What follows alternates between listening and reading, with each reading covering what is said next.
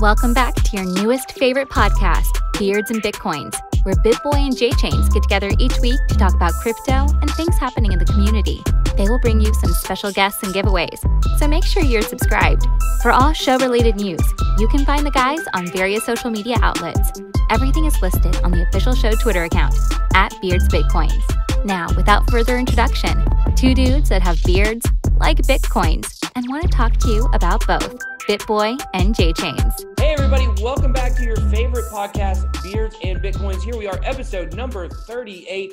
I am your co-host, BitBoy. This is your other co-host, J-Chains. What is going on, J-Chains? What's up, my brother? How you been? Oh, busy. Very busy. Just got back from New York. Nice. Consensus. Yeah, man. It's been if I say a beast of the last 2 weeks for me, I'm sure you can attest to what you've got going on in your life. It's been nutty, man. It's been worse than a beast of a week for the last 2 weeks for me. But I got light at the end of the tunnel. It is Friday. Usually these 2 weeks of what I do for the spring championships when we do the buses, man, they're a nightmare. So, but it's Friday, end of week 2. That means things get easier from here. What are the spring championships? Men's and women's lacrosse, all 3 divisions.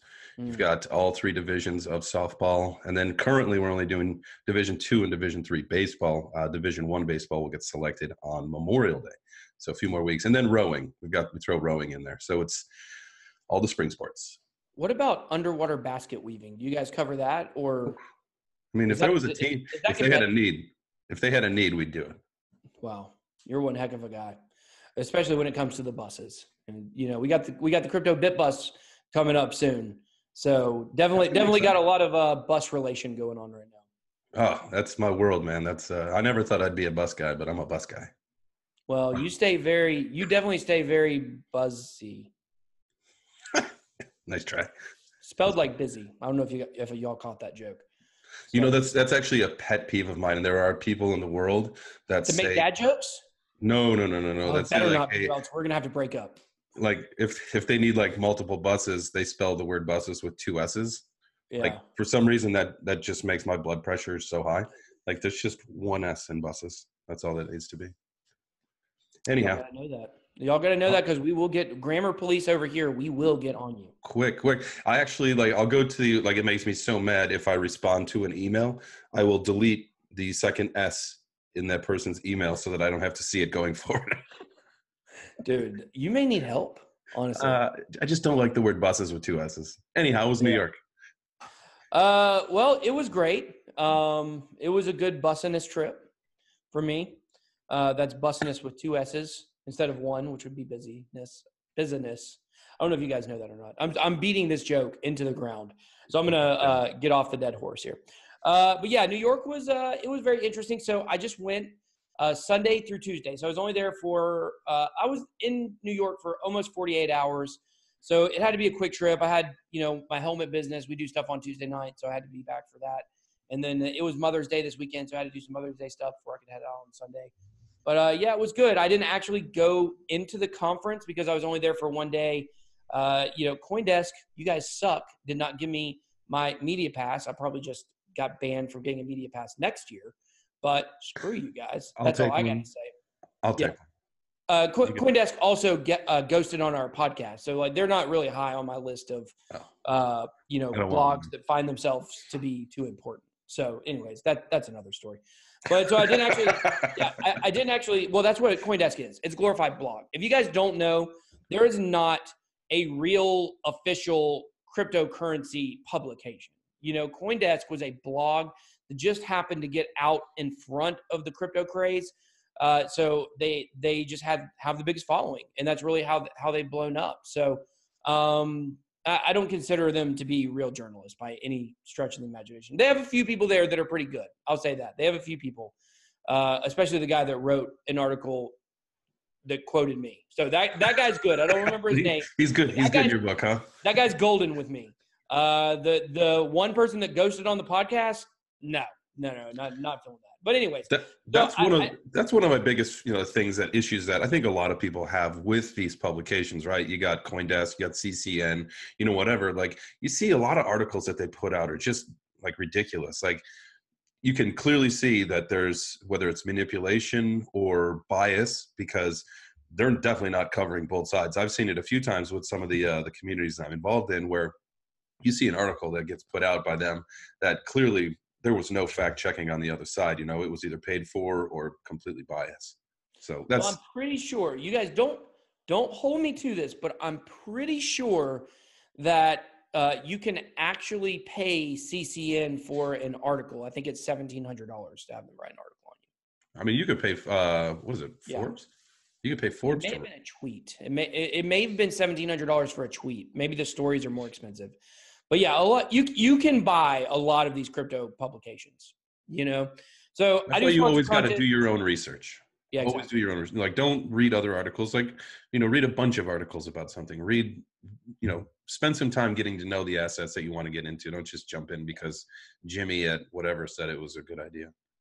Well, I do sponsor content on my channel, and when I do, I always say that it's sponsored. I have full disclosure on all my stories or videos that are sponsored. You know, the thing is people consider me a YouTuber, a content creator, if you will. And so when I tell them before I give them a story, like, hey, this is a sponsored, you know, section of a video, or this is a sponsored video, people hear that and they understand it. You know, there's a lot of YouTubers out there that do it. Their communities kill them over it. In my community, the Bit Squad, big shout out to everybody that's in my community. They actually support all my sponsored content because they know I have very high standards for what I put on. And, you know, they know that by engaging with that content, they're supporting the channel, you know? So we've established that relationship of trust with each other. But the difference is with something that is parading itself as an official news / journalistic publication, and yet you can buy stories. And not only that, but they may put a disclosure in the article, but people are not going to really even see that disclosure, or they're not even going to, you know, take it with a grain of salt, if you will, because most people consider those to be similar to the New York Times. Now, maybe not to the level of the New York Times, but you expect it, unless it's an editorial article, you expect it to be unbiased, objective. And it's impossible when you're doing sponsored content to be 100% objective. You can be mostly objective. You can try your best to be unbiased. You can almost try to jump in the other ditch and try to play devil's advocate for what you're talking about. But when it comes on a journalistic website, you know, you shouldn't have to expect any of that. And that's why CoinDesk is really overrated to me. And, you know, I would even say that in a lot of ways, CoinDesk is a bad actor, you know, in crypto. And, you know, the high standards they have for giving media passes for consensus is really ridiculous, because what they're really doing is they're trying to monopolize. They want their reporters, their, you know, writers to be able to cover and get the heaviest access. They put on the conference. Really, the whole conference is just CoinDesk shilling itself. You know, that's really all consensus is.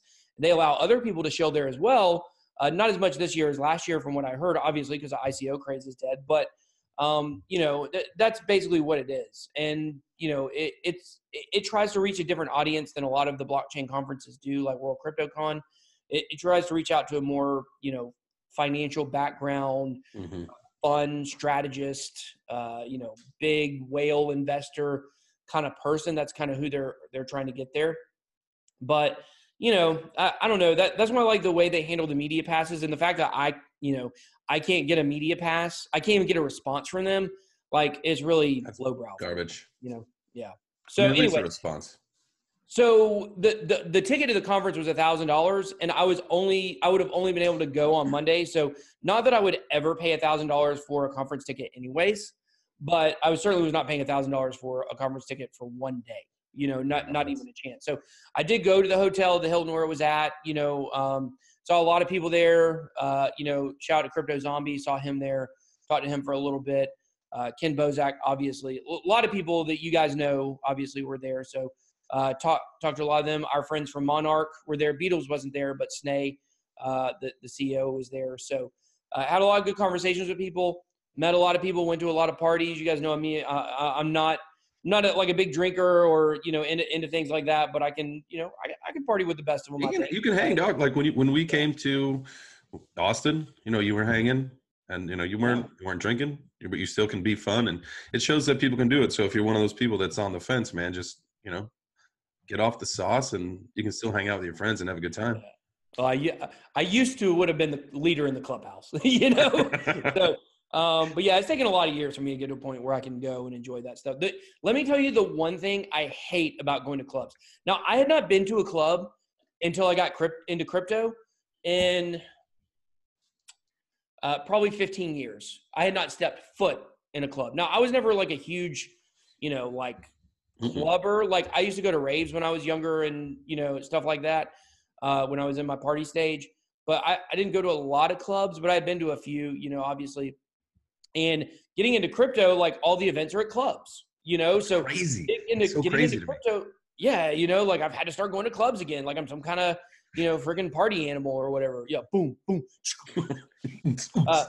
Yeah, boots and cats. So, anyways, the one thing that I've realized that I didn't know about going to clubs, since it had been so long since I went, is that you have to yell all the time to have a regular conversation. And that drives me insane because every day or every time I go, the next day I can hardly talk, not because I was like partying so hard, because I was trying to talk to somebody about about Bitcoins or an altcoin or about IOST or whatever. And so I'm trying to tell them about it, but the music is so loud and people are so loud. And so that's the one thing I hate about going to the clubs. But, we went to a couple, had a good time. We also, on Sunday night, me and Brecky and TJ from Young Dumb Crypto, Yuki and the Goddess, and the girl that does the decentralized dance party. What's her name? I can't remember her name. But anyways, sorry. Shout out to her. Shout out to you. First time I ever met you. So Tone Vase and Naomi Brockwell, we all did a Game of Thrones watch party.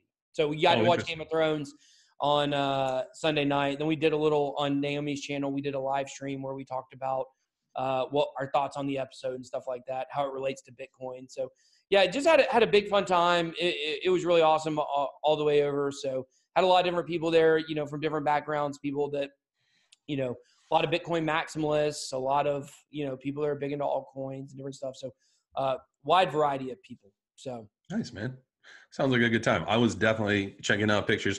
I was like so crazy with work. There's not a chance I could have made it there even for a day, but definitely got a chance when I was able to look on Twitter and see everybody having a good time. Looks like you guys had I used to live in New York, man. That's a fun time. I couldn't live there again, but you can have a fun time there.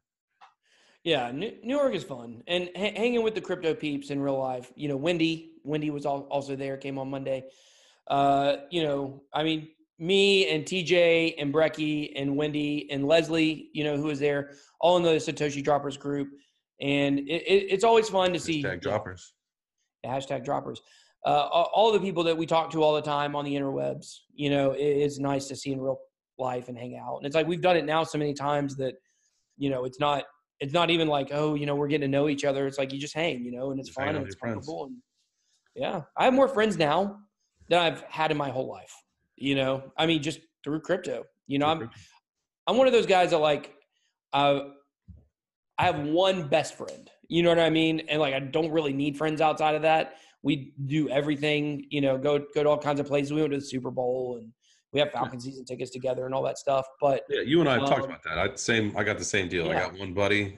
That's all I need. That's it. I need one good friend and I'm happy. But the crypto crew is awesome.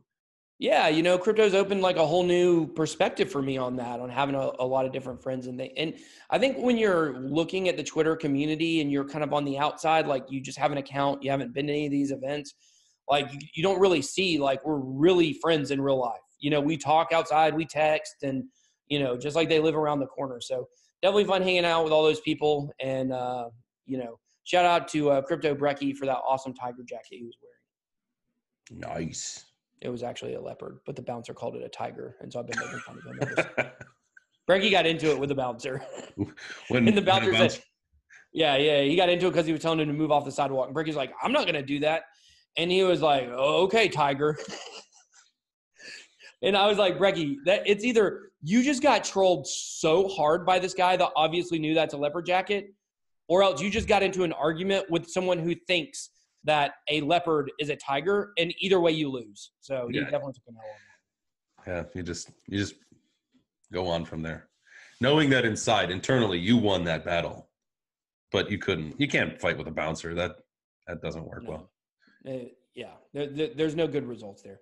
So, well, yeah, so it was fun, but let's move on to our Monarch Twitter shout out. So leading into that, while I was in New York, like I mentioned, I did see Snay, the CEO of Monarch. As you guys know, Beatles is the president there. And, you know, been using the Monarch app this week, and I actually had somebody who asked me, you know, where they could buy crypto at. And, you know, I told them you should go check out Monarch. So monarchtoken.io, you can download the Monarch wallet on iOS and Android. Big shout out to those guys, continuing to get bigger, producing results.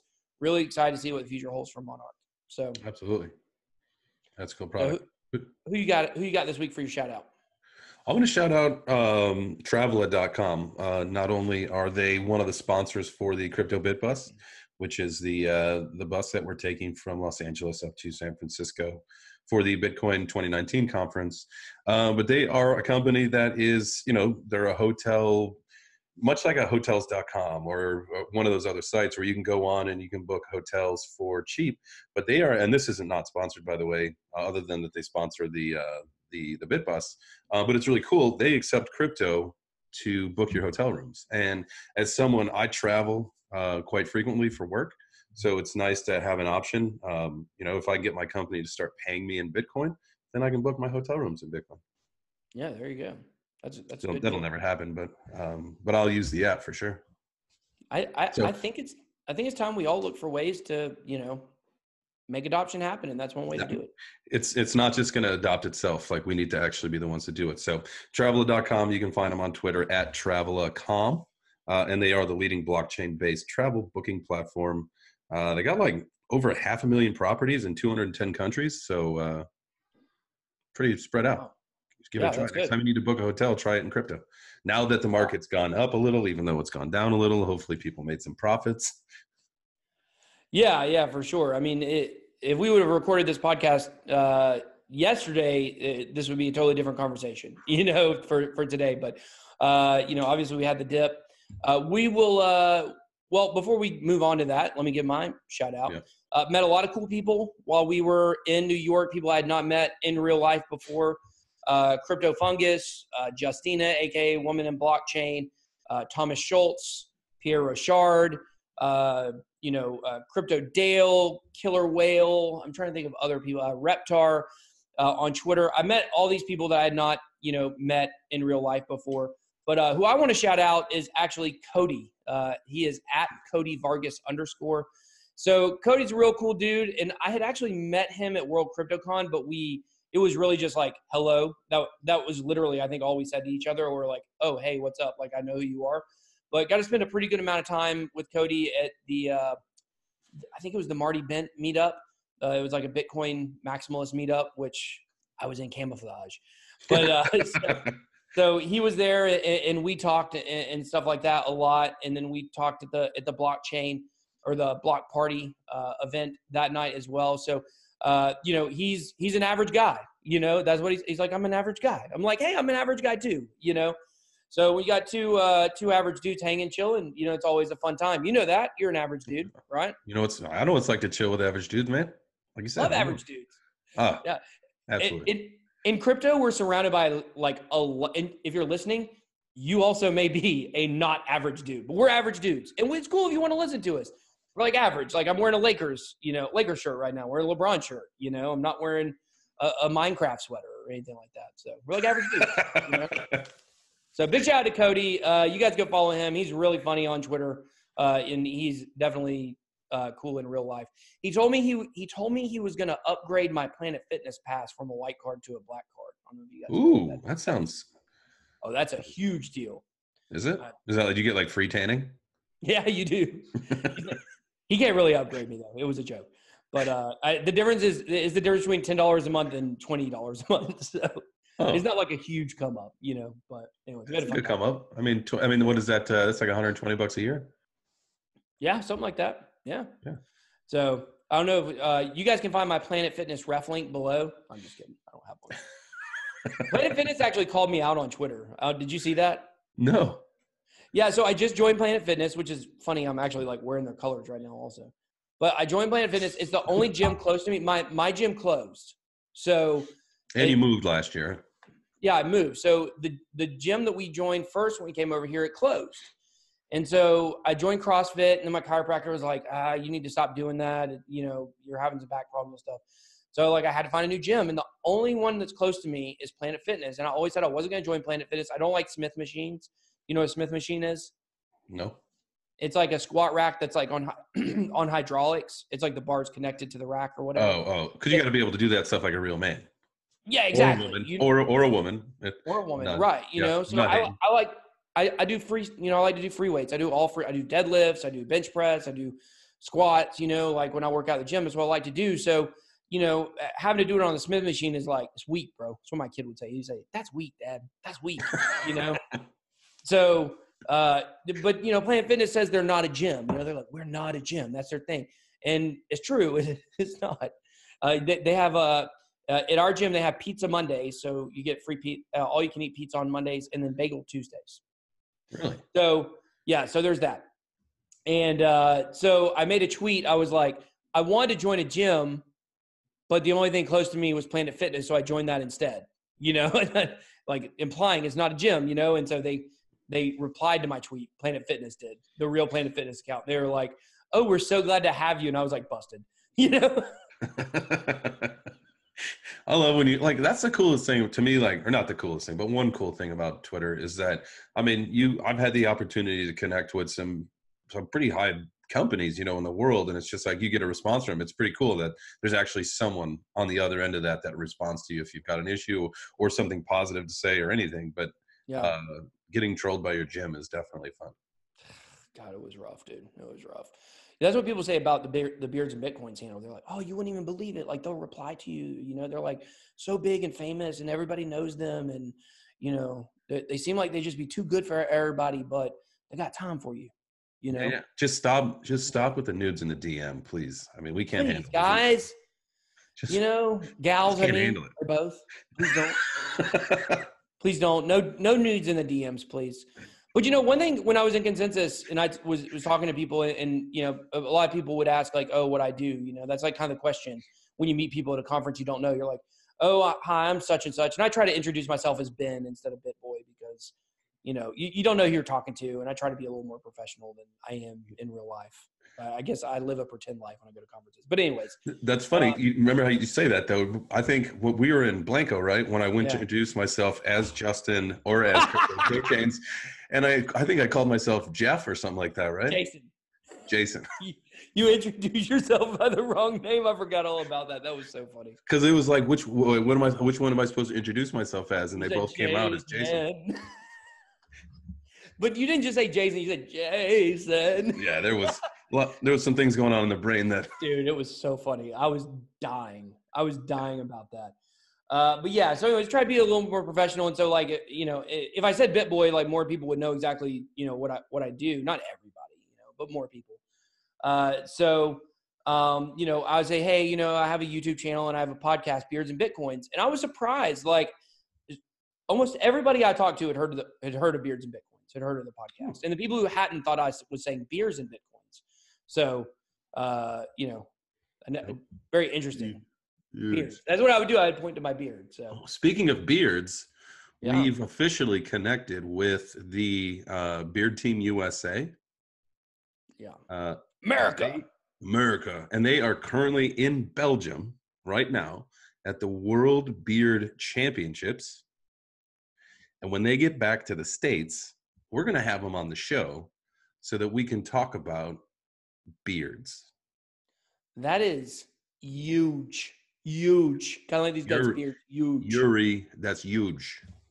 Dude, I hope that when they come on, you know, they're going to have those beards nice and styled for us. I mean, I can't imagine we won't see some swirlies. Have you ever seen the one of the guy eating like ramen out of his beard? Oh, God, yeah. That's disgusting. I've seen it. I've seen it. So gross, dude.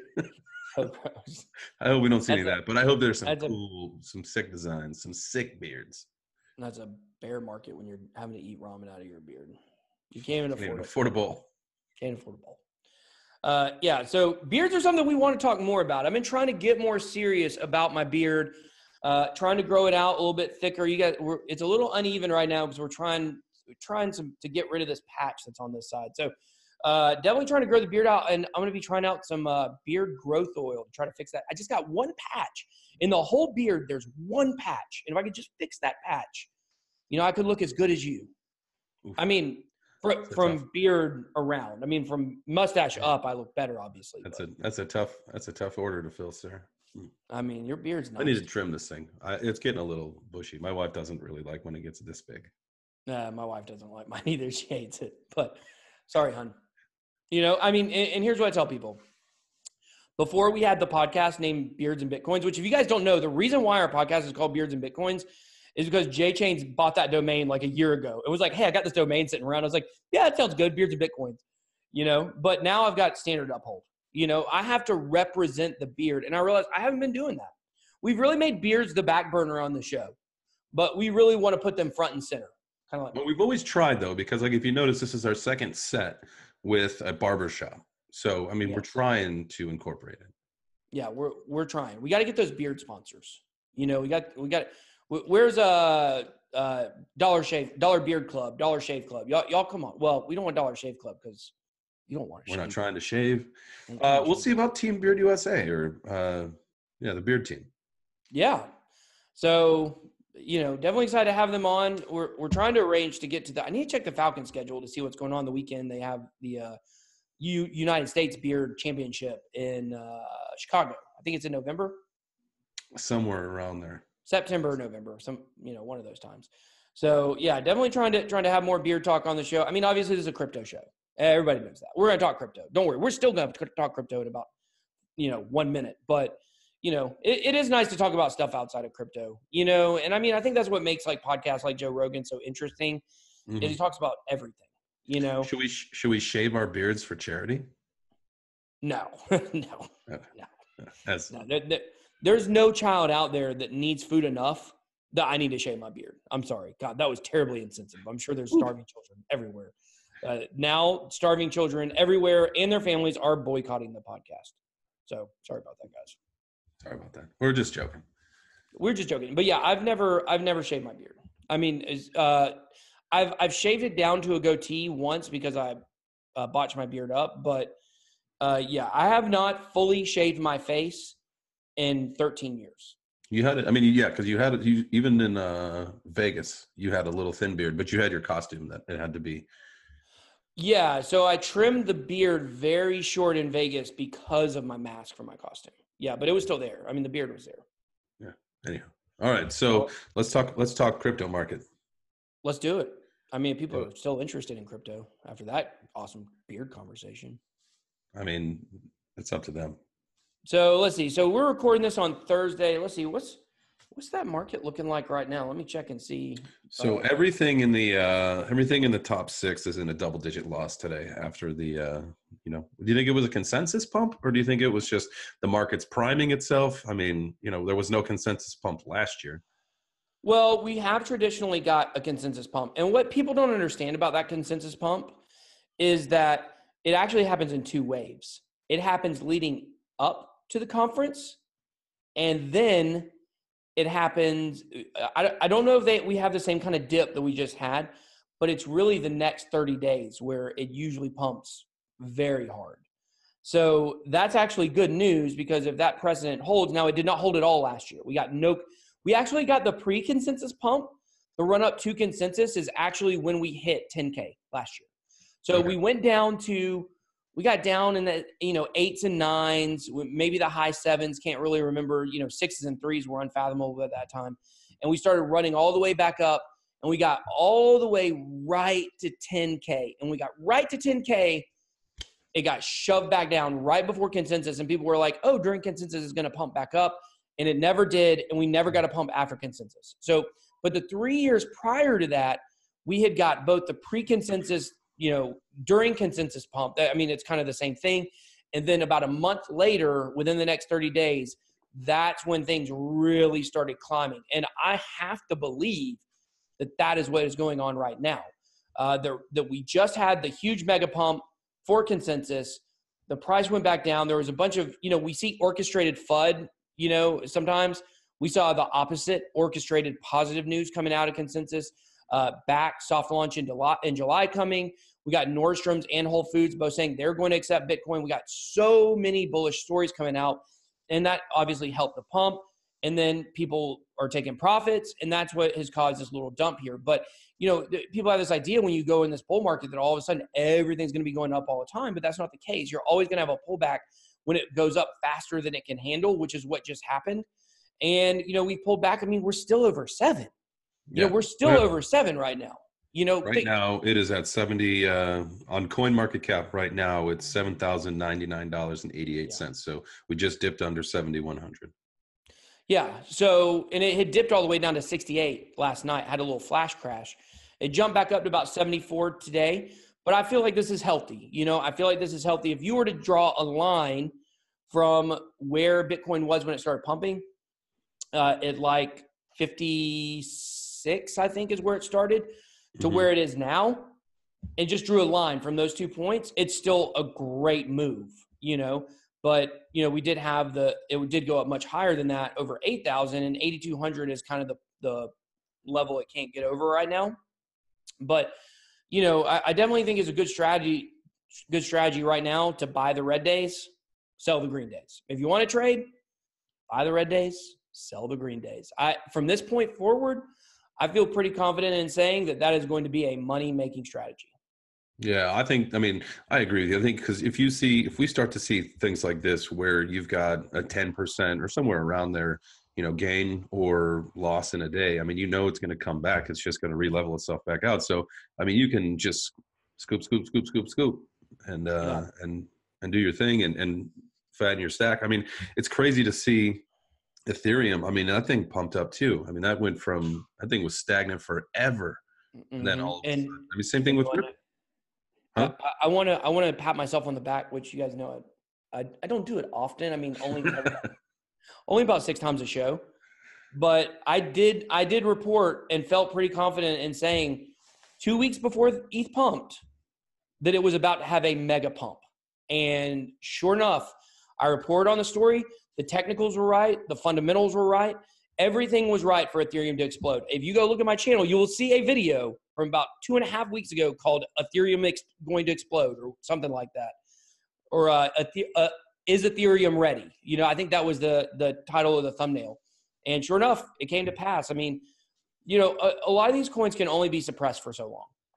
Yeah, that's true. And I think that, I'm not sure if we have new people listening to the podcast. I'm sure there's some new people, but excuse me, we will be having a lot of new people come in, and I'm really ready for the rush of interest to come back into the space where, companies feel like it's worthwhile to advertise on your video or podcast, and because there's new people, they're reaching new people instead of the same, 300 people over and over again, which is what it's been in the bear market. And, I think it's important for people to understand how this whole bull market works and what altcoin season is. A lot of people say alt season and they wonder what it is. Well, we just had a mini alt pump, before we had the Bitcoin dip. And this is, fundamentally how this occurs is Bitcoin starts to run up. When Bitcoin starts to run up, all of those people that have a lot of Bitcoin, they want to make profits. So they pull those profits out. Okay. Once they pull those profits out, they're not taking that money and they're not letting it sit. They're not just taking that money and going and, buying a new car with it. Some people probably do that. But what they're doing is they want to reinvest that money. So they reinvest that money into the more solid projects, Ethereum, XRP. And by solid, top 10, market cap, top 10, whatever, Cardano, Bitcoin Cash, expect Bitcoin Cash. I'm telling you guys, when Bitcoin really starts to move here, and I feel like it's happening now, it will continue to happen over the next several months, year, whatever it might be. Watch Bitcoin Cash. It's one I've hated on for a long time, but people already started to talk about the transaction fees on Bitcoin getting very high again.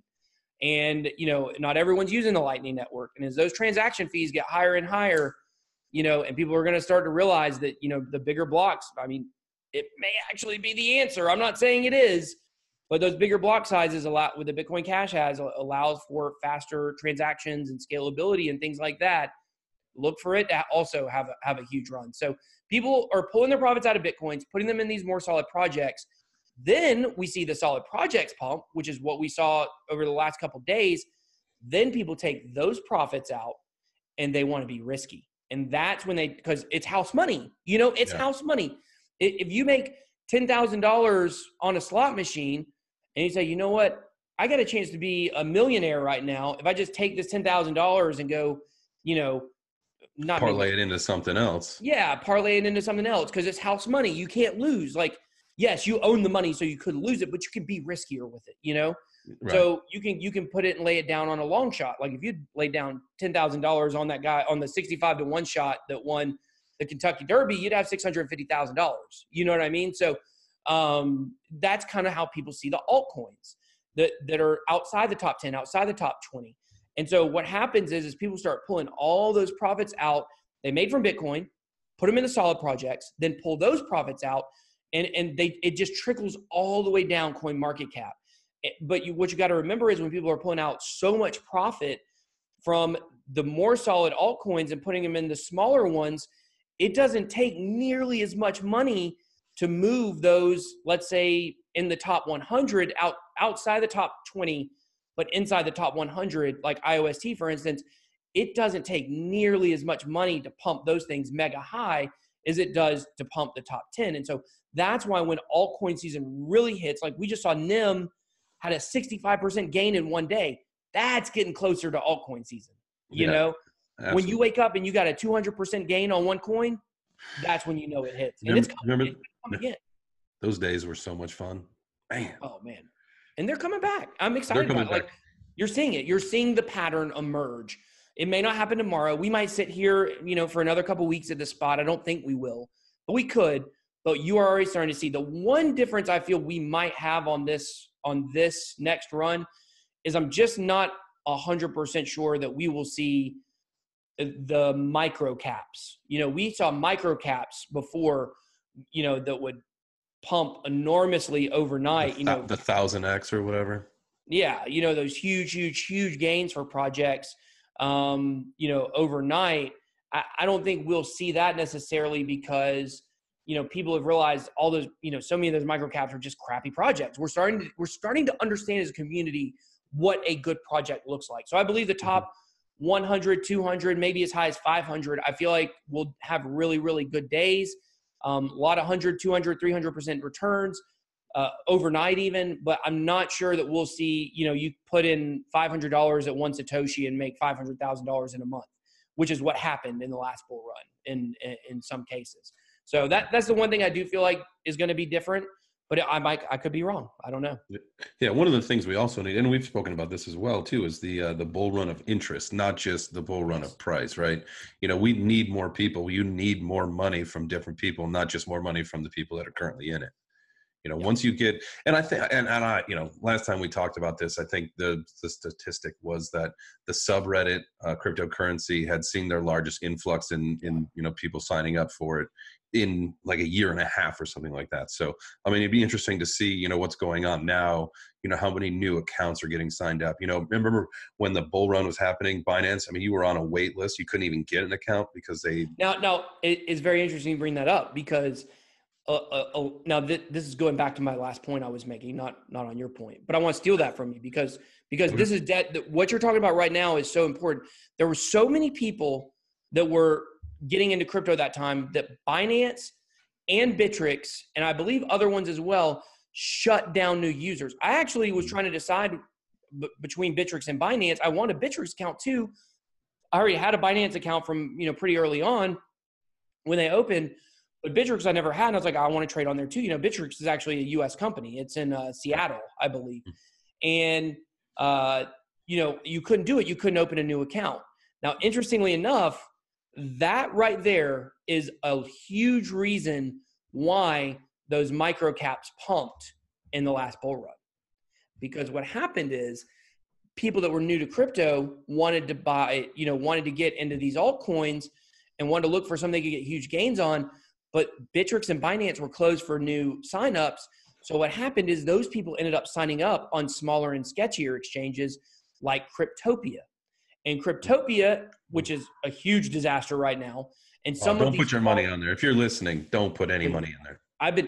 I've told you guys from the first day I ever used it not to use it. I've said for a year, don't use Cryptopia, because it is a place of sketchiness from start to finish, top to bottom. And but what happened is people would go to places like Cryptopia and they would find these coins that people had never heard of before, and they just throw money into it. They were just investing in 3 letters, having literally no idea what it was, what the product eventually was they were going to have, if there was a product, who the team is, not knowing anything. And that is what caused all these micro caps to go from like 1 Satoshi to 500. It was like playing darts. Yeah. Yeah. I mean, just throw it and boom. Throw it. Yeah. Everybody's smart in a bull run. Remember that. You guys remember that. Only a few of us, like me and Jay Chains, are smart in a bear market too. But that's right.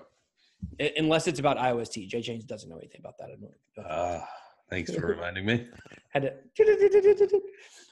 But anyways, so people don't know what they're doing. They're just throwing money into stuff. And these exchanges will be more, they'll be more better prepared, more better. They'll be more better. More better. But in all seriousness, they will be better prepared for this run that's coming. And so because of that, people won't have to go to the smaller, sketchier exchanges. And the new person is not going to use a decentralized exchange. It's going to take them a while to learn about. Mm-hmm. And so, look for all of the projects on Binance to pump big time, and look for a lot of, bigger exchanges, the coins that are on there to pump big time. And there's 58 coins specifically that I have my eye on. 58? Yeah, exactly 58. Ooh, that's a nice little laundry list. Hey, really quick, a fact check for you. Bittrex is in fact from Seattle, Washington. So you did have that correct. Yeah, I know. But you said you think. You said you think. Oh, so I just okay. want to double check. Maybe you didn't say you think. Maybe I just looked just because I was curious. Maybe I just said I think because I want the people to think I'm humble sometimes. I'm the humblest person and there's evidence right there. Just ask me and I'll tell you. So listen, this is a quick little side story. So there was I used to go to a church, and the pastor is a really big national pastor. It's not the biggest one that a lot of people know, but he's a big national pastor and stuff like that. And they did like this real crazy thing at the church, and people didn't like it. A lot of people didn't. So he was getting like a lot of flack or whatever. And there was a lady that got on this forum, and she put a blurb like 7 paragraphs long about why that's her pastor and she loves that guy. And the last thing that she said, the last sentence was, and he is the very humblest person that I know or I've ever met. And if you ask him, he will tell you so himself. I always got a kick out of that. So that's why I always say that. Like, I'm a homeless person, just ask me and I'll tell you. That's funny. But yeah, so, but back to the 58 cryptocurrencies, a lot of people were probably like, why did you say that? Well, there's an article that came out in March, and I'm going to be talking about it on my channel today, actually. And a lot of people missed it. I missed this article. I did not see this article. And it is the 58 cryptocurrencies that Bakkt is going to list. With their, Oh, you're smart. 58 exact cryptocurrencies that they're going to list. And let me tell you, if you don't think that they have been buying up all of those coins in that bear market and are going to be able to make them pump when they're ready, then you smoking something. So I suggest you guys look up that list of 58 cryptocurrencies that Bakkt is going to list. There was an article that was written in March. And one project, I'll give you 2 projects, one that is on there and one that is not on there. One that is on there is IOST. So you guys know I love IOST. I run a node, which, big announcement, I'm actually upgrading my node to a Survey node, which means I'll be producing blocks, which is pretty exciting news. Good for you, man. Yeah, thank you. Appreciate that. So other than that, the one coin that is not on there that I found very interesting, and this coin is going to pump, but I think the reason it's not going to be on there is because they see it as competition, is Binance Coin. So Huobi Coin is on there, or Huobi token, but Binance Coin is not on that list. So there are some outside of those 58 cryptocurrencies that obviously are worth investing in, but that is definitely a list that is gospel. You can guarantee that all of those coins on that list are going to have huge pumps when we Not financial advice. This is just conversation. Do your research. Screw it. Financial advice. I'm just kidding. In case you're going to sue me. That whole not financial advice thing, it's so crazy, isn't it? But I do feel like, during the bear market, it's really stupid to say that because all the people watching understand because there's no new people coming in. But during a bull run, I guess it is probably pretty important to say not financial advice. So I am not an actual financial advisor, but I'm going to tell you what I'm going to do. I'm going to pump those bags. Ooh, that sounds like a great idea. You'd have to send me that list. Or I guess I could look it up. But well, you can just watch my channel later today. You could just send me the list. I could. I'll watch your channel. No, you won't. Shut up. Maybe. You just watch it for my beard. What about my hair, dude? Let's talk about my hair for a second. We were talking before we went on air. Yeah. At one point from here up, BitBoy looked like Elvis. I see if I can get it again. Oh, I'm going the wrong way. Yeah, you got to have the whoop swoop and swirl. Yeah, I'll get that whoop swoop. I don't know. It's not working right now. No, first you did a mohawk and then you did the Elvis. My hair is so flexible right now. I don't even know. So, dude, when I was at the conference, I would intentionally take my hat off because I know people are always looking to see if I'm bald. And you know what? I'm not. And I'm going to rub it in like a mother. You know what? All those kids that picked on me in high school, you're bald as right now. And look at this freaking mane right here. Not like Austin Davis. You know that guy, Austin Davis? He's got a lot of hair. That guy, his hair is on another level than almost any human I've ever seen. He has so much of it, and he has it styled in a very specific, particular way. So he's going to be on the Bit Bus with us, so real excited about that. Yes, he is. Looking forward to that. I will not pet his hair because that would be weird. For him, not for me. Yeah, that'd be weird. Yeah, it would be. So. Now you're going to have to live stream petting his hair. Sorry, Austin. Yeah. Sorry. If I turn him around backwards, maybe people think it's a llama or something. A llama? Maybe. I don't know. What animal you think? Yeah, I don't know. A zebra? Is it black or white? They say it's black and white stripes. I don't know if you know that. I don't see color. Can you fact check that? What people see as a llama? Yeah, no, not do people see color. Is a zebra white or black? They're both. No, no. I'm serious about this. I believe it's black with white stripes. Oh, that's like the chicken and the egg thing. No, it's not. No, it is not. No, it's not like the chicken and the egg because, if you believe in, whether you believe in macroevolution or not, like whether or not you believe that men descended from, primates or not, the men descended from monkeys or whatever. If you don't believe in evolution, that's totally fine. I think that there is an argument for that, but microevolution, small changes over time, that is a real thing for 100%, absolutely proven, no question about it. You can, you can see it. And so a zebra would have started out as one color and over time it would have gained the stripes and changed. So, that's an example of microevolution. So it's not like the chicken and the egg. It could actually be black or white stripes. Does that make sense? Did you look it up? So when you describe it that way, I can understand what you're saying. I have to come down to your level, I am also reading from the internet, so always believe everything you read, right? But it was previously believed that zebras were white animals with black stripes because the zebras have white underbellies. However, embryological evidence shows that the animal's background color is black and the white stripes and bellies were additions. That's the dumbest thing in the world. How I get so smart? How? How did funny? I do it? My dog is, if you look at her, she's blonde. Oh, I love your dog. I know. Me and your dog are real tight. But I've taught my dog to hold hands now. I taught my dog to hold hands like your dog. It's comforting to sit there. Like when your dog wants to hold your hand, you're like, oh, you just hold a hand. You just want to hold my hand. Yeah. It was weird. I mean, she's a female dog. So like, it felt like she was coming on to me a little bit, but it's all good. I'll hold your dog's hand. God, what's your dog's name? What's the dog? It's something real short. I am not going to tell you because I'll tell you, but she's going to be disappointed. So I'm not going to tell her. No, okay. Hold on. Let me see if I can remember. It begins with an F. Oh, Fee. Fia. Fia. Yeah, I was close. Fia. I mean, hey, love him and leave him, big dog. Love him and leave him. I'm not going to let her listen to the podcast. She'll cry. Her boyfriend. She totally.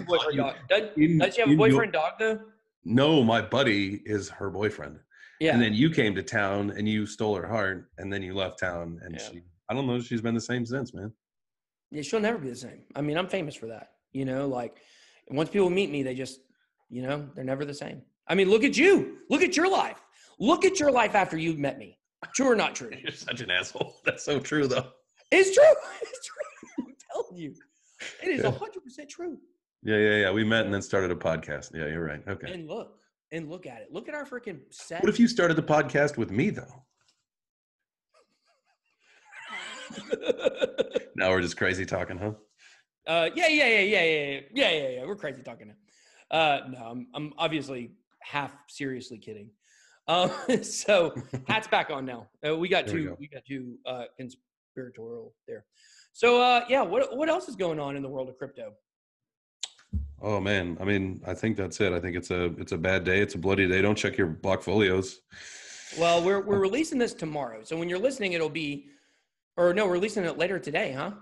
Yeah, I'll try to get it out today for sure. Yeah, we'll try to get it out today. Maybe by the time you listen, you know, things are going back up. So, which is a possibility. Well, when we were first talking about it, we were at 7,100. We're at $7,099. Now we're at $7,199. So we've gone up $100. So it's probably due to us talking. I would have said. Yeah, you're picking up what I'm putting down there. Yeah, that's what it is. 100% guaranteed. So with every, you know, they say every time a person listens to Beards and Bitcoins, Bitcoin gets a green candle. You know. Oh, you know what we should do? We should do a little, you know, every time a bell rings, an angel gets its wings. That's what I was. Beards and Bitcoin style. Well, we got to make the video. Make the video. A video. Make a video. Yeah. Yeah, we could do that. Yeah, we got to make that music video soon. We got to write a rap song. Yeah, stay on the lookout for that. Yeah. You guys be on the lookout. It's gonna drop it. Lambos, bikini girls, floss. I mean, we'll just be making cowboy hats. You know, yes, the whole 9 yards. Beards, Bitcoins, all of it. So definitely going to be really exciting stuff. But yeah, I'm trying to think of, you know, there was some big news coming out of Consensus, like I was talking about before. Whole Foods and Nordstrom's accepting Bitcoin. Of course, this is very similar to the way that Starbucks is supposed to be accepting Bitcoin once Bakkt launches. I don't know if it will be simultaneous with their soft launch they announced in July, but, you know, Starbucks supposedly will be taking it as well. You know, it's important for people to understand that, like, they are taking it, but they're not. You know, so you bring up a good point when you say there, and maybe you can go into this more, but why were all of the articles that put out said, you know, Whole Foods, yada, yada, yada, they're accepting Bitcoin, but don't ask them? Like, why would that be? Why is that the headline that everybody put out? Well, because, you know, like Starbucks came out, and I think they said, like, you know, we're not accepting Bitcoin, whatever. Well, first of all, you know, it's not launched yet, you know, so it launches later. But when you do it, there's going to be a way. I don't know how yet. I don't know the how, but there will be a way that you will be able to pay with Bitcoin in a way that's similar to something like BitPay, where you have a card. It's a Visa card, or Crypto.com is coming out with one.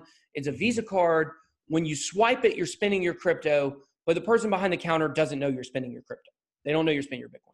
Now, I don't know what the mechanism is going to be. You know, they may do it, you know, something similar to Apple Pay or whatever. So you won't go in and say, like, oh, you know, do you accept Bitcoin? They'll accept whatever mechanism it is that you're able to spend it through. And so that's probably all your average cashier is going to know. But the way that this works, and the way the BitPay card works as well, is that you take your crypto, you spend it, and when you spend it, it's coming out of your wallet. It's being sent, I'm sure, through a smart contract, probably, to whatever wallet that, you know, this place had. Well, it's probably going to a third kind of intermediary wallet, actually. It's going there, exchanging itself for cash, for US dollars, and then that US dollars is what the company is actually receiving. And it's really a good way to solve the problem of companies not wanting to accept Bitcoin because they're afraid it'll be worth, you know, your cup of coffee will be worth $4 when you spend it, but when they get it, you know, 5 minutes later, it might be worth $3.50. And if that happened for a million cups of coffee in a day, I mean, you're talking about a lot of money. So, Absolutely. that's the way that a lot of these are going to work. Yeah, that's funny you say that. Not maybe not funny, but that's the issue that I'm having with the motorcycle dealer here in Austin is that I wanted to buy a new motorcycle with Bitcoin, but they won't accept it. They won't understand it. They don't understand the BitPay thing, how that just translates behind the scenes, and they get paid in fiat. And so one of the things that I'm looking forward to is, unfortunately, I have the Cash App card, which you got a KYC for. I would like to find one that I can either Fiverr out the KYC to someone else, so it's not actually me, so that I could, cheat the tax system and all that. But right now, just kidding, IRS man. Just kidding. I'm just messing around. But so what I'm looking forward to is when the Cash App actually allows the incoming of Bitcoin, right? Because that's simple. It's to just go in there because I have Bitcoin on my Cash App account, and so if I need to do something on that card, I can just go sell $10 of Bitcoin and then go swipe the card, and it's immediate. It converts it over to having money there immediately. Yeah. Well, Cash App is really interesting. I recently did a tutorial on how to buy Bitcoin on the Cash App because, funny enough, I was getting my beard trimmed and the guy, I didn't have cash with me. I never carry cash, literally never have cash unless I know ahead of time, this parking place only takes $20 cash. I'll grab $20. It costs money for me to pull cash out of my ATM unless I'm right at the bank, So I don't like doing it. And, I got my beard trimmed. I was like, oh, you only accept cash? He's like, yeah. Or, I can take Cash App, which I didn't have any money on my Cash App at the time, or Zelle. I use Zelle for a lot of stuff. It's bank transfers back and forth or whatever. Yeah. That's what Chase uses for their quick pay, I think, is Zelle. Yeah. So I told him, I said, I ended up paying through the Zelle or whatever. And I told him, I said, if you're taking money digitally, you should accept Bitcoin.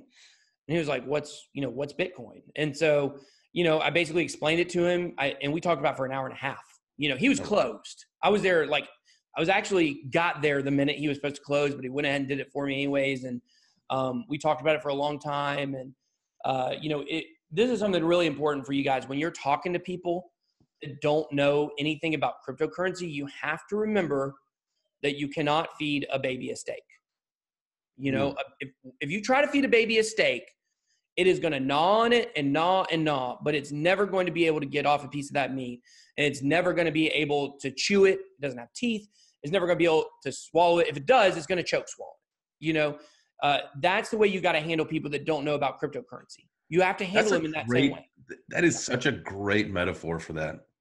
Yeah. Because it's such a different thing. It's easy to understand the concept of digital money because, like you said, no one's using cash. A card is a card is a card. We've been using digital currency for years now. So, that's not the thing. But explaining Bitcoin and blockchain and crypto, that I love that. It's just like feeding a baby a steak. You got to give him that baby. Give him that let me tell you, if you want to feel smart, which you guys know I love to feel. If you want to feel smart and you want to really know how much you know about crypto, explain it to somebody that doesn't know about it. Explain it so they can understand it. Explain crypto to someone that doesn't know anything about crypto, and at the end of the conversation, they walk away understanding it. That's how you know a lot about crypto. You'll be surprised how much you know.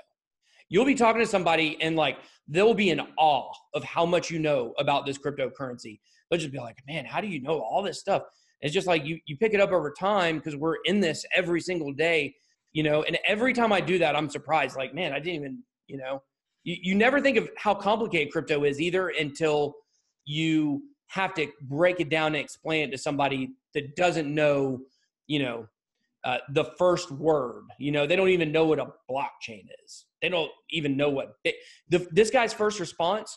This was Mike, my barber. He said, oh, in that Bitcoin, isn't that something like stocks or something like that?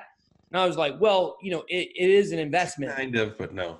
I said it is an investment, but I'll tell you, most people in crypto have no experience or stock background. Yeah. I don't own any stocks. I've told people me before, I'm a very irresponsible investor. I'm either going to have a yacht or be homeless.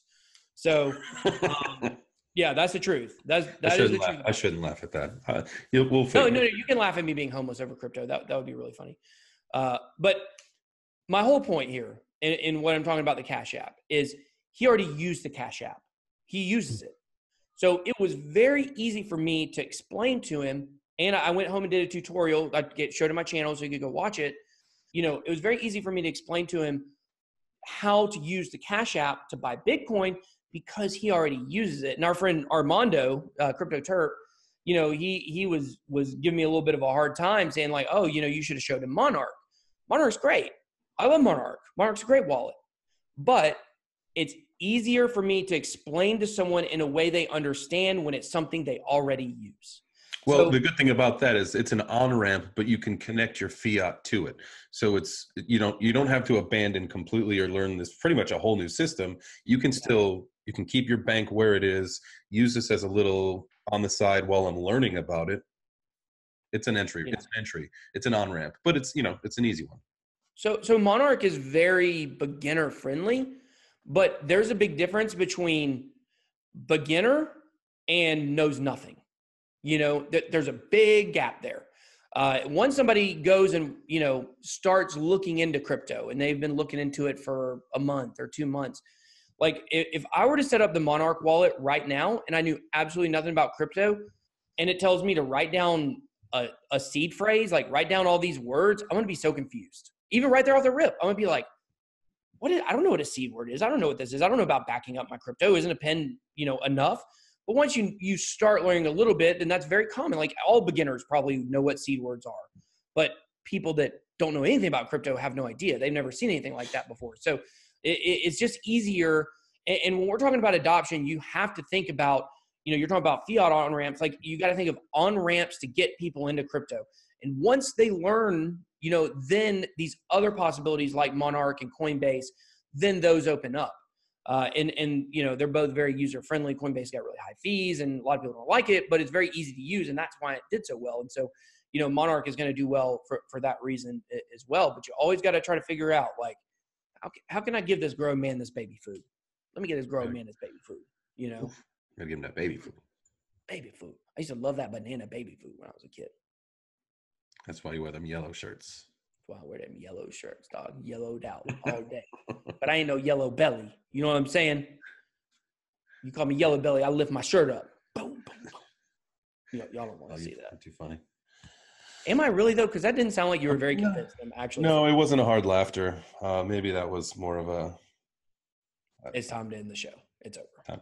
Yeah. All right, guys. A good ender. Yep, great. See you. See you next time. See you. On another note,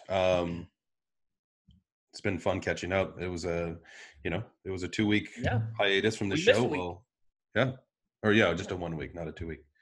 But It's okay. We talked about it off air. We won't do that again. We'll be back to you soon. Yeah, we got a new strategy for the podcast, and you guys get ready. We're going to be doing more solo episodes because I know you love me and J Chains. Mostly me. You like J Chains, okay? But I'm very humble. I know y'all love J Chains, and AKA Jason, and you guys like me a little. I know that. So we're going to do more. I think when we do solo episodes, we can kind of branch off and talk about stuff outside of crypto sometimes, like beards. But also, I think it's good because we can really control the conversation and talk about the things that are going on without feeling the need to, go out of the way to ask questions about, different things that may not be relative to, today, here, now. So these are, we're able to do more current event stuff and control what we're talking about. So we like that. We like it. It's a better chance for us to connect with our friends, our listeners, the people that like to hear what we got to say. Yeah. Yeah. I know like all 7 of y'all. We love y'all. Peace. Did I overshoot that? Is it less than 7? I don't know how many it is. It may be 7 exactly. So, but yeah. So anyways, big shout out to our sponsor, Monarch Token. We talked about them a good bit today for sponsoring the crypto Twitter shout out. If anyone is interested in being a title sponsor for the show, we do have that available. We're also going to be probably inserting some commercials at some point. Got to pay the bills around here. You guys gotta keep the lights on. Yeah, you guys think the lights in this place behind me here, in this barbershop, you think they stay on?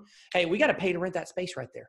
I don't know if y'all know how being a barber works. We got we've got to pay to rent the space behind us. So anyways, going to have to pay some bills and do some things like that. So we do have opportunities available if anyone's interested in sponsoring the podcast. It's $1 million. So, all right, guys. Well, it was nice catching up. We will see you guys next week. J Chains, we'll see you. Have a good weekend. Peace out. Yeah, have a great weekend. See ya. Well, that's it for this week. Thanks for listening to Beards and Bitcoins. If you like what you heard, show these guys some love and rate review on SoundCloud or iTunes. Also, remember you can always find the guys on social media. The show Twitter page is @BeardsBitcoins. You'll find direct links to BitBoy and J-Chains from there. Make sure you check for updates, announcements, and contests. Good luck to all who enter. See you next time.